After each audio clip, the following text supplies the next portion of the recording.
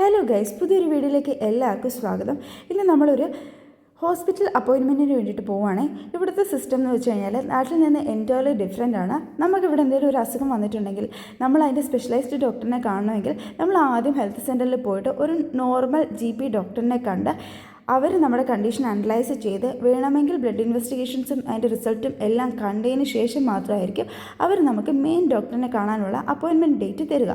അത് ചിലപ്പോൾ 3-4 മാസങ്ങൾക്ക് അപ്പുറമായിരിക്കും. അങ്ങനെ ഞങ്ങൾക്ക് 4 മാസങ്ങൾക്ക് മുന്നേ കിട്ടിയ ഒരു അപ്പോയിൻമെൻറ്റ് ഡേറ്റ് ആയിരുന്നു ഇന്ന്. ഓൾമോസ്റ്റ് നമുക്ക് അപ്പോയിൻമെൻറ്റ് ഡേറ്റ് എത്തുമ്പോഴേക്കും നമ്മുടെ കണ്ടീഷനും കാര്യങ്ങളൊക്കെ ഇമ്പ്രൂവ് ആയിട്ടുണ്ടായിരിക്കും. അങ്ങനെ ഞങ്ങളുടെ കണ്ടീഷനും കാര്യങ്ങളൊക്കെ ഇമ്പ്രൂവ് ആയിട്ടുണ്ട്.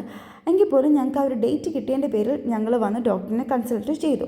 അതിനുശേഷം ഞങ്ങളാണെങ്കിൽ ഒരു ചെറിയ ഷോപ്പിങ്ങിന് വേണ്ടിയിട്ട് ലുലുവിലേക്കാണ് വന്നത്. അവിടെ ആനിവേഴ്സറിയും കാര്യങ്ങളുമായിട്ട് കുറേ ഓഫേഴ്സും കാര്യങ്ങളും ഒക്കെ ഉണ്ടായിരുന്നു. അങ്ങനെ ഷോപ്പിങ്ങും കാര്യങ്ങളും ഒക്കെ ശേഷം ഞങ്ങൾ റൂമിലേക്ക് പോവുകയാണ്. പോകുന്ന വഴിയിൽ ഭയങ്കരമായിട്ടുള്ള മഴക്കാറും അതുപോലെ തന്നെ ചെറിയ രീതിയിൽ കാറ്റും സ്റ്റാർട്ട് ചെയ്തിട്ടുണ്ടായിരുന്നു.